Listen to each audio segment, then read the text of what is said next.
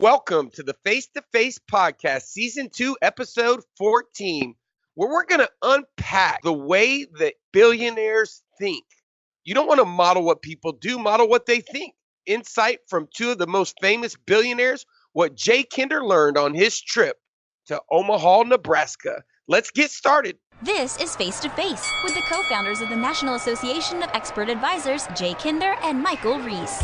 We believe that we can change the real estate industry. There is a better way to sell real estate. Your success is ultimately a sum of the decisions that you make. And they're really developing a process, a set of guidelines, a set of procedures. They're also best-selling authors. Here today to discuss the issue is Jay Kinder and Michael Reese. All right.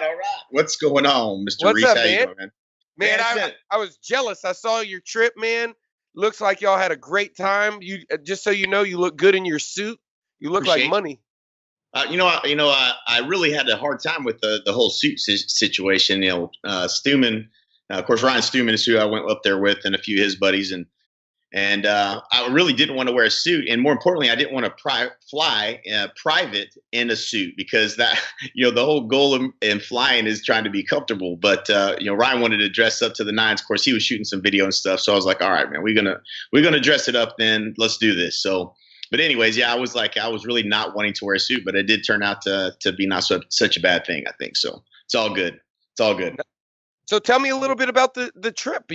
Where did you go and kind of, how you flew private, you went to Nebraska, kind of tell me. So we went, what we did was we went to the shareholders event. So anyone who's a shareholder, which, by the way, in case you don't know, if you think you've got to buy a ton of stock in order to go to that, you have to have one stock, and it can be Class B, which is selling for believe the last time I looked at like $290 something bucks. So, and you get 4 shareholder tickets, and this is Berkshire Hathaway's event that they do annually, their shareholder meeting. And so, I had this on the bucket list of things that I wanted to do at some point, but I wasn't up near the top. So, when Ryan asked me if I wanted to go, I was like, man, yeah, I'll do it. I'll go. That sounds like a good time. I'm always down for a good time. So, it was interesting. I had no idea what to expect. I did a little research online. It looked really like it was going to be boring and just like completely, kind of sluggish is what I kind of felt like it was going to be like. And, so we get there and, of course we pull in, we fly into the airport, the little private side of the airport. And man, there's nothing but G6 after G6 after G6. I've never seen a collection. The only other place I've ever seen that many private planes was at the Kentucky Derby, which oddly enough, the Kentucky Derby was going on the same day. So I'm sure the skies were full of very wealthy people on that same day, flying all over the country. But it was pretty interesting as we came into the event. We got there right before it started, and here's what was interesting. So first of all, I didn't know what to expect. And when you think about Charlie Munger and Warren Buffett, I don't know what you think of. What do you think of when you think of those guys? Like, what would you expect in terms of, this event? Man, when I think of Charlie Munger and Warren Buffett, I think old attorneys, and for some reason, man, I see like some old carpet with wood paneling in a building. You know what I mean? Man, that's funny because that's the same image that I get, like some shag carpet and and of course, you hear the stories. Warren still lives in the same house that he lived in, 40 years ago or whatever. And you can only imagine, it's probably pretty basic if that's the case. But it was very much that way, and that was what I was expecting, kind of coming in. And they did the board of directors, and this is a shareholder meeting, so it had that same flavor. But they started the whole event off with a movie, which I thought was interesting. And not knowing kind of what to expect, they filled the entire stadium there up completely, not one empty place to sit or stand. So, this is an entire stadium like, you would see an NBA team play in or whatnot. So it's a huge, huge stadium there.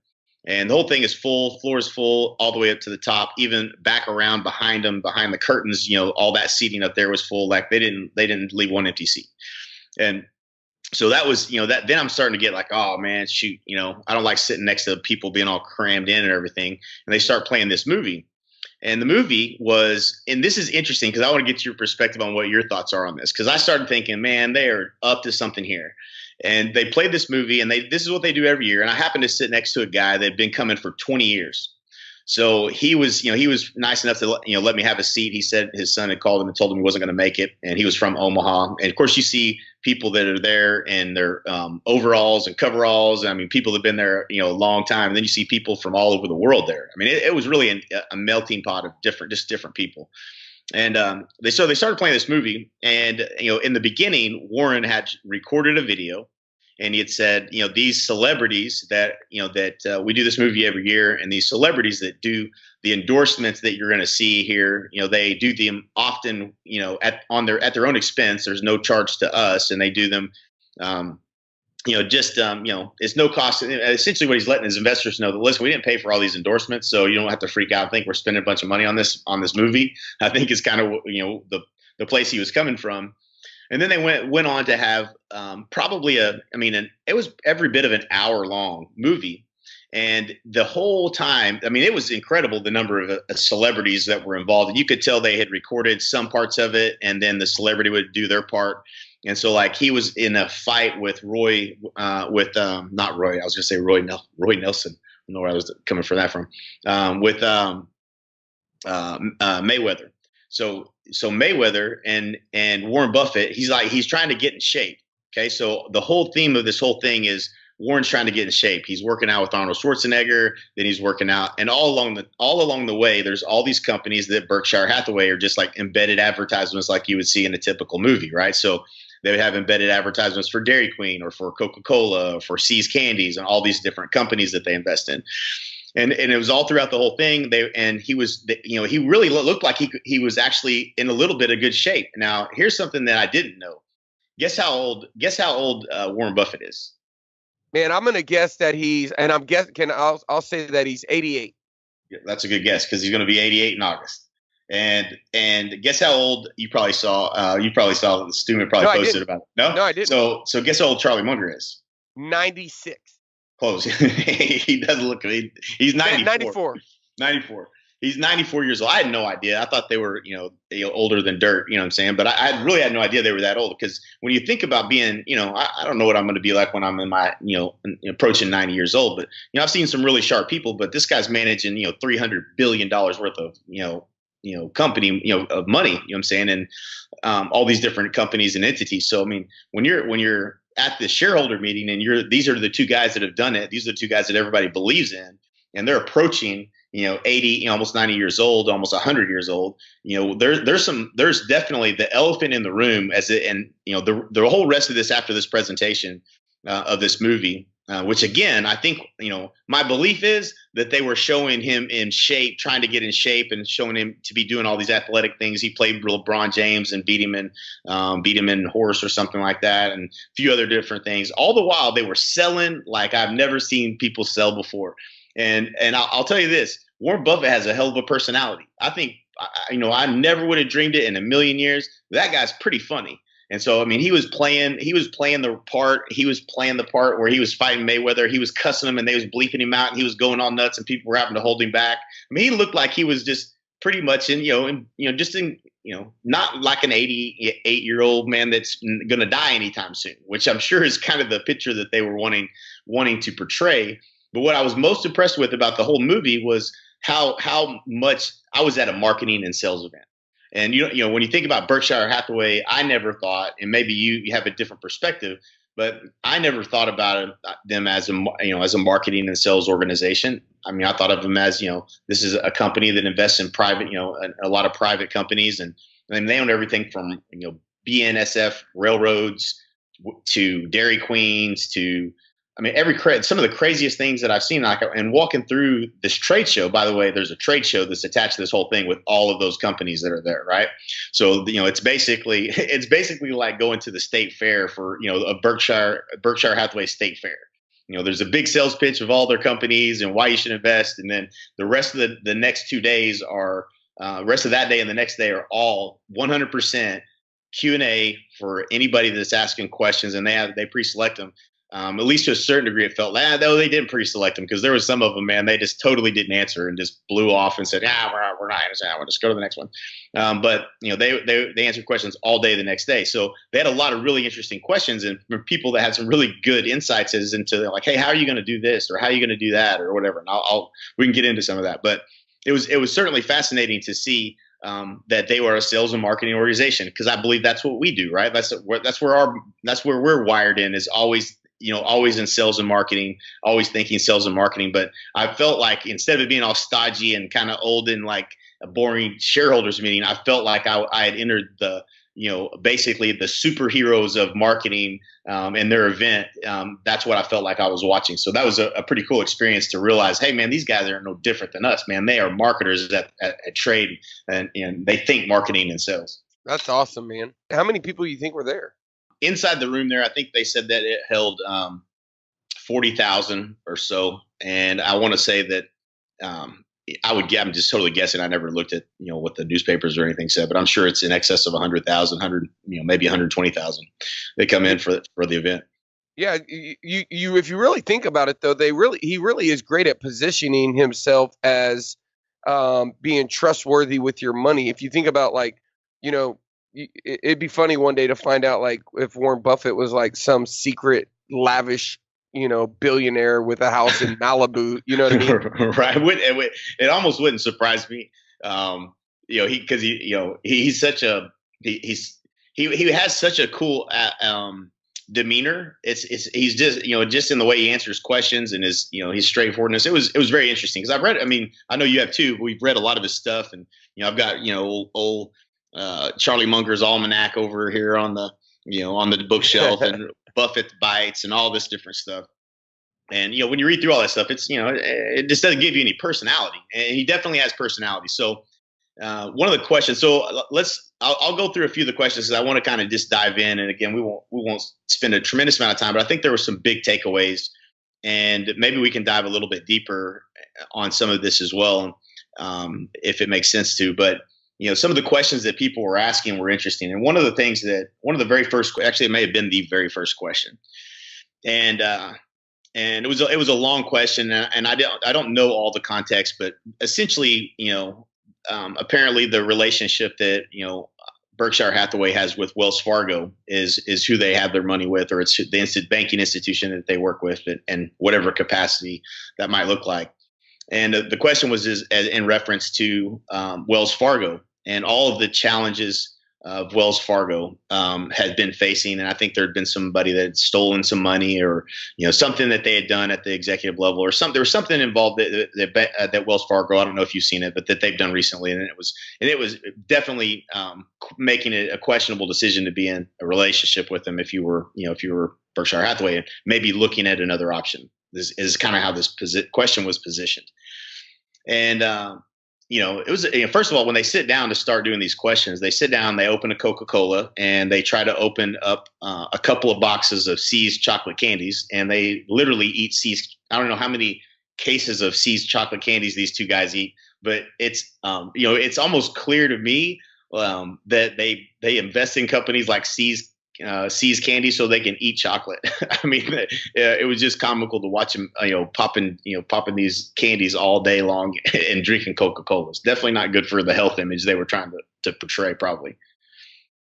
But the question, after the guy asked the question, Warren went, he said, and he went back to a couple of stories of Berkshire Hathaway owned companies. One of them was I think it was the company that right before the crash, in 2007, that was kind of the Solomon Brothers. It was the very first company that was found to have done some things that that were definitely criminally, people were going to be criminally prosecuted for, and Berkshire having been the owner of that company, had bought that company.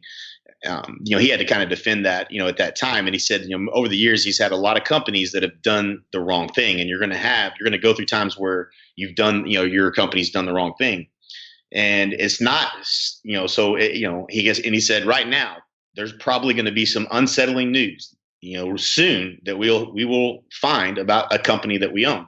And he said, it's not, he goes, that's not, that's not really that's not a surprise. We expect that to happen.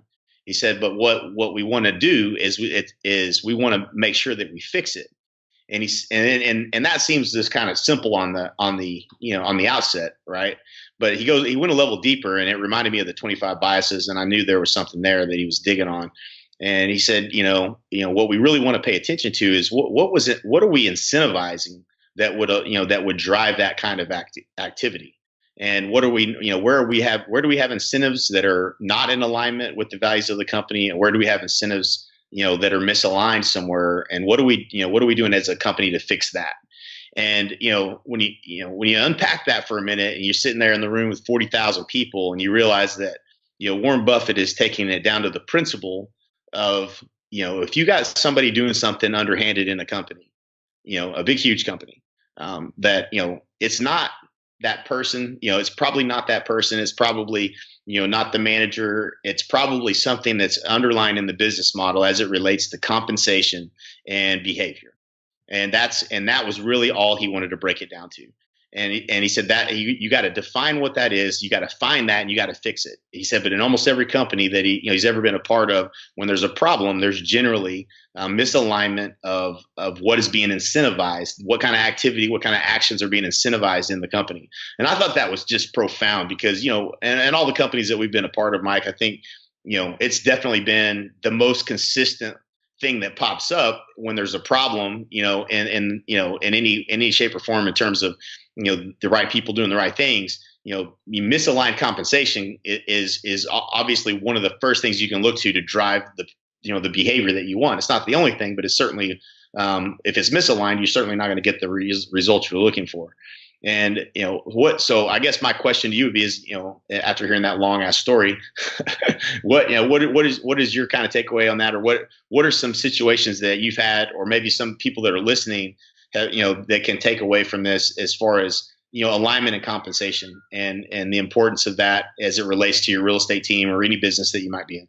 Man, that's a funny question. I have two things, but one thing answering that, I had lunch with our buddy of ours, Hicks, today, and he's, he was just, man, he is a smart fellow, and he shared with me some insight in the mortgage industry that was just jaw dropping. He has his own kind of track record as it relates to success, and I asked him a question. I said, "What are you most excited about?"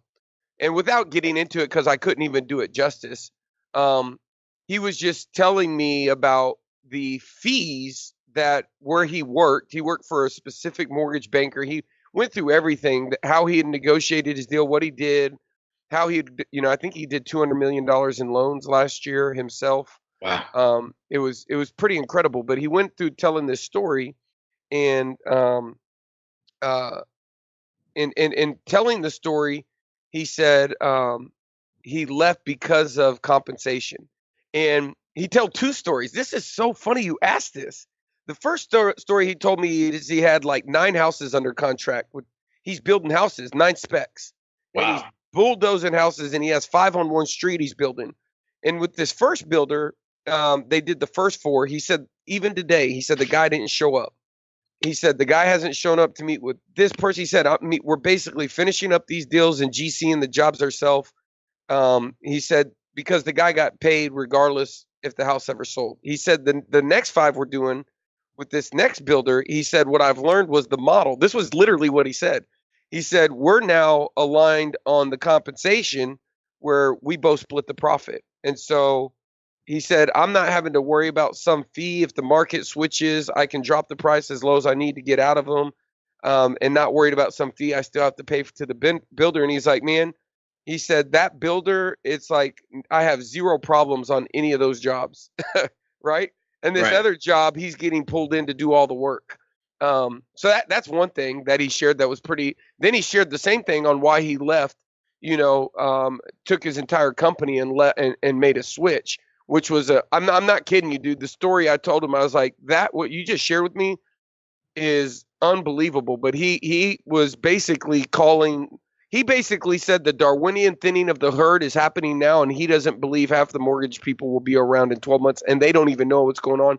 And he's kind of a wizard when it comes to the math and all of that stuff. And he was just sharing the true metrics on what was happening behind the scenes and how people were being driven out and what he had done to position himself going forward. So it was pretty cool. So wow. One thing I did read about was about the Berkshire Home Services being such a surging part of the business. I think I read online that they had almost 50,000 agents, and that there was like this it was like this double standard, right? Like about high fees, and I heard that was talked about. Do you remember? Were you able to sit in on any of that? Yeah, I didn't hear any of the questions. That's what I was hoping that I was going to get to listen in on, but I didn't really see anything in particular or hear any questions in particular about Berkshire Hathaway real estate services or anything of that nature. So no, I missed that. Yeah. So here's his quote. It says, I'll just read you. It said, one of the top 5 takeaways someone had mentioned on of the shareholder meeting. One was on real estate, and it said, Mr. Buffett has for decades criticized professional money managers for earning high fees and take away from their clients' investment returns. But Berkshire Home Services is a surging part of his company and has many real estate brokers charging fees. And so the headline, this says possible double standard. And here was his quote. He says, if you look at our close to 50,000 agents now, I think they make a good living or a decent living, he said. But I would say that the people who manage money make a whole lot more money with perhaps less contribution to the welfare of the person that they're dealing with. So anyway, it was just kind of interesting to to hear his response in relation to our industry. He is really he is fascinating to listen to when he's answering questions. And what's really kind of cool about the whole experience is it's about 70% of and it's almost 100% of the time, even if somebody points the question to Charlie Munger first, that Warren will answer the question first for about 70% of the time. And then Charlie will answer the question, or he'll add to it. And he always kind of looks over there. He's like, Charlie, you got anything you want to add to that? It's just kind of funny that like their demeanor. It reminds me a lot of me and you, like, in terms of just the way we kind of yin and yang. They yin and yang really well. And Charlie was kind of notorious. Somebody had asked a question about about Boeing. I think it was about Boeing and the long-term investment play of airplanes and the nature of that business model. And somebody asked it, about, they were basically positioning that as a long-term maybe not being, or as a short-term maybe not being a good investment and questionable long-term, investment or whatever. And Warren goes off on this for like 10 or 12 minutes. I mean, this is pretty early in the first day. So he's pretty wound up. He's had a couple Coca-Colas and a few See's chocolates, and he's got a little energy, and he gives it a pretty hell of a whirl at this question and goes deep on it for a little bit. Kind of goes too far probably into the conversation. And at the end, he goes, Charlie, you got anything you want to add to that? He's like, well, I think if we had a chance to buy another one just like it tomorrow, we would. That was his answer. It was just funny to hear their two commentary and just simply to put a bow on that. If we could buy another one of those tomorrow, we would. You just kind of get that feel of how they yin and yang. But there was a lot of questions that were similar like that, where Charlie would come in at the end and be like, yeah, well, pretty much whatever Warren just said, 10x that, and I'm in agreement. So it was kind of funny. With Berkshire Hathaway and the direction that they're going, he ended up saying, somebody had made a comment. Again, the elephant in the room the whole time is like, you guys are old as dirt and you're probably going to die. What the fuck happens next, right? Like, that's really what everybody was wanting to know in the room is this company going to be sustainable moving forward? And a few different people asked questions on their investment strategy and trying to get people to break it down. And ultimately, they prodded at him a little bit for a minute on that question and another question that was similar. And he basically said, there's really no advantage to me revealing, our exact strategy, to anyone here in the room. And I thought that was interesting as well, is that they do have a secret formula. But when when I was walking around the trade show, and think about this, you got to imagine like BNSF, like if you've ever seen the trains that have the BNSF, they're orange with the looks like they're in italics and it says BNSF. You've seen them before. Anyways, that's a railroad company that they own. And there's also Kirby Vacuum. So as I'm walking through this trade show and I see Kirby Vacuum. I mean, I didn't even know Kirby Vacuum was still around. And Dairy Queen, right? And some of these companies that have been around forever, Justin Boots. These are all mostly privately held companies that they had acquired or whatever.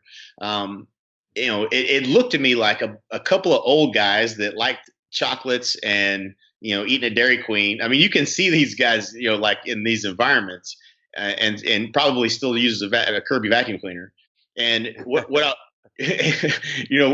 that's what it felt like. The company was really there wasn't anything that was really technology driven companies that were disruptive of any kind, and they completely dismissed it, even though they had talked about they have a couple of fund managers, I guess, or whatever they brought in that are doing really well, and they're only managing about 25 billion compared to Buffett managing 300 billion of the entire firm's revenue or whatever.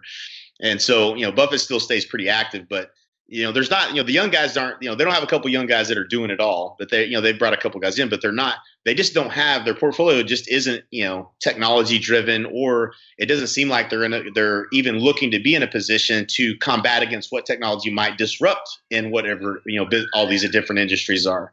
But what I was kind of fascinated with was the fact that there wasn't any type of business model that specifically that they were attracted to. Like, they had, a huge RV company called Force. I'd never heard of it, but they make the kind of RVs that I have on my vision board.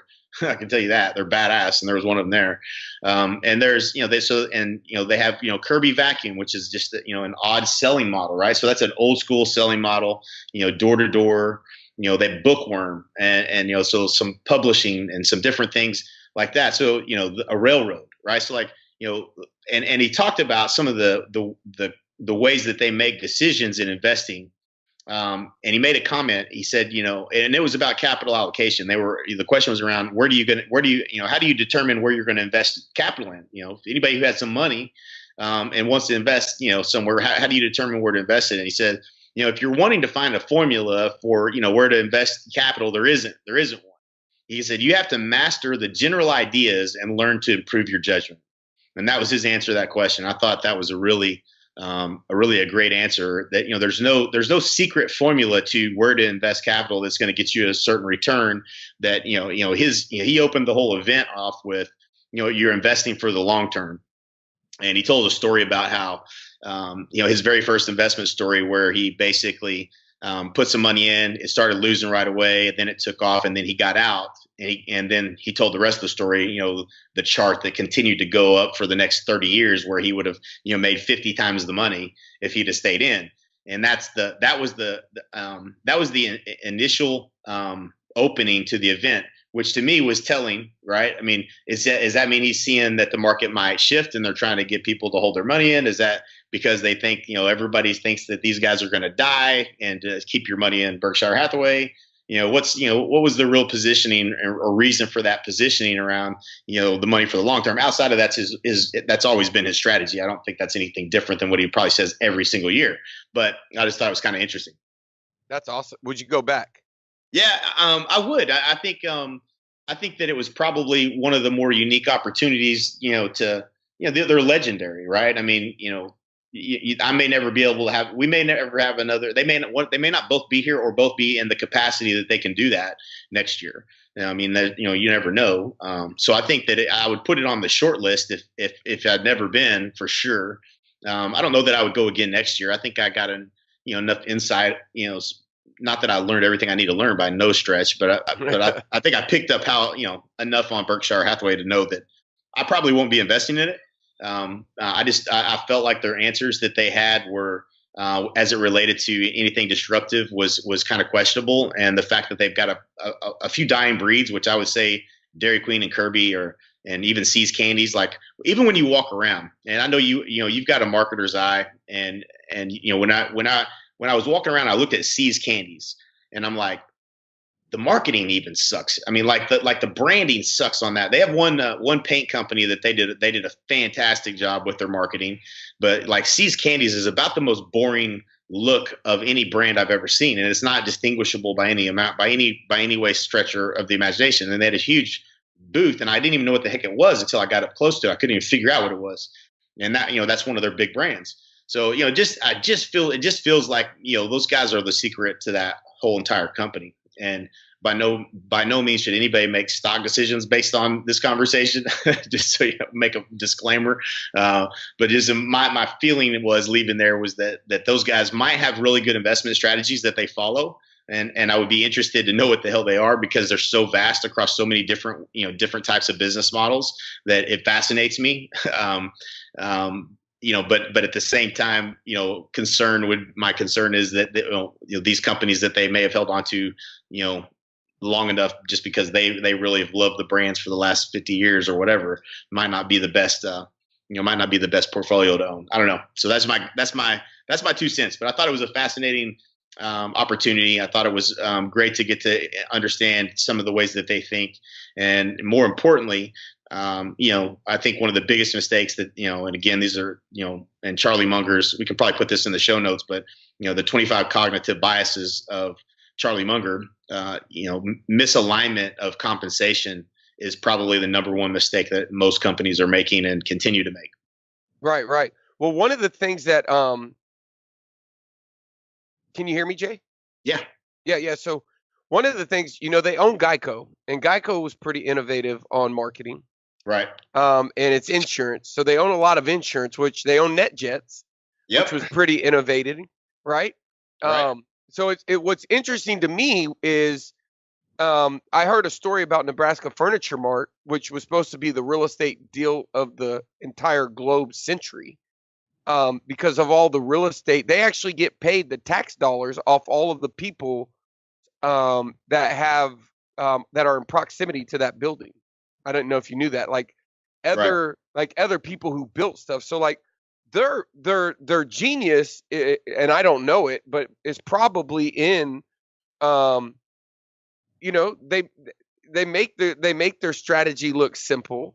I mean, I don't know if they had a NetJets or conversation around, some of the companies that they own are just like, they're one of the largest shareholders in like American Airlines, right? Right. And they're looking at, they own Kinder Morgan, which is one of the largest. They own Johnson and Johnson, Goldman Sachs. Right. When Goldman Sachs was like really tanking, I remember they just took a big position. They bought 75 million shares like 3 weeks ago, and I'm going off of what I saw on the news. But 75 million shares in Apple, right? Right. So in Costco, it's like these guys own the damn world, Right. and if their show didn't represent that, and they were keeping it like Dairy Queen and chocolates and Coca-Cola, what's that strategy? I know, right. That's what that's what I think was most fascinating, was just that what are they trying to reveal in front of all their current investors, in this event. And what are they not saying? What are they not saying? And what are they not telling you? You know what I mean? Like that was I think kind of the cool thing about the whole event was just, that level of thinking around what's their real strategy and what they're really up to. Yeah. They own 27% of Kraft and Heinz ketchup. Yep. They were all 10% of Coca-Cola. I mean, just incredible. General Motors. You remember they were buying out all those car dealerships. I heard that was, did they talk anything about the automobile industry? I know you're probably ready to get off of this. No, they didn't. They didn't talk about. Well, again, I say, I sat through most of it, but the second day I didn't sit through all of it, and so they may have had some questions around that. They didn't get into automotive. They did get into the airline industry and what was going on with that, and the future and the long term demand is in terms of aircraft and stuff like that. But they didn't get into all that. They didn't talk about Heinz. There's a huge the Oscar Mayer Wienermobile was there, and a big giant bottle of ketchup and giant bottles of mustard walking around. Those brands were represented. NetJets had they had a booth for all the companies that they invest in, or that they have taken a percentage of shares in. So That's awesome, man. Well, I appreciate you sharing. I'm jealous. I know that sounded like a lot of fun. You were in great company, great event, and I'm just admired that you made a miracle or a magical moment, right? You went out That's there it, with man. some buddies, and it was an experience, man. So good for you. Yeah, man. That's I recommend that for everybody. As I think we talk about all the time. Life, you talk about it all the time. I know, Michael. Life by strategy. Put yourself in a position where you're able to do more of those things, and spend more time with people that you like to spend time with, doing things that I think we've changed it from being our bucket list to calling it our fuck it list. And that was kind of what happened with that. Was like when Ryan called me and said, "Hey man, you want to go?" I was like, fuck it, I'll go. Let's do it. So make sure you got a fuck it list and put some things on it that you want to go do that you might not ever normally say yes to, and go try to learn something. I think that would be my lesson for the day. All right, brother. Well, like we see, we will either see you at the top Or at the lake, because it's lake season, baby. It is lake season. All right, brother. I can't wait right. to get on your new boat.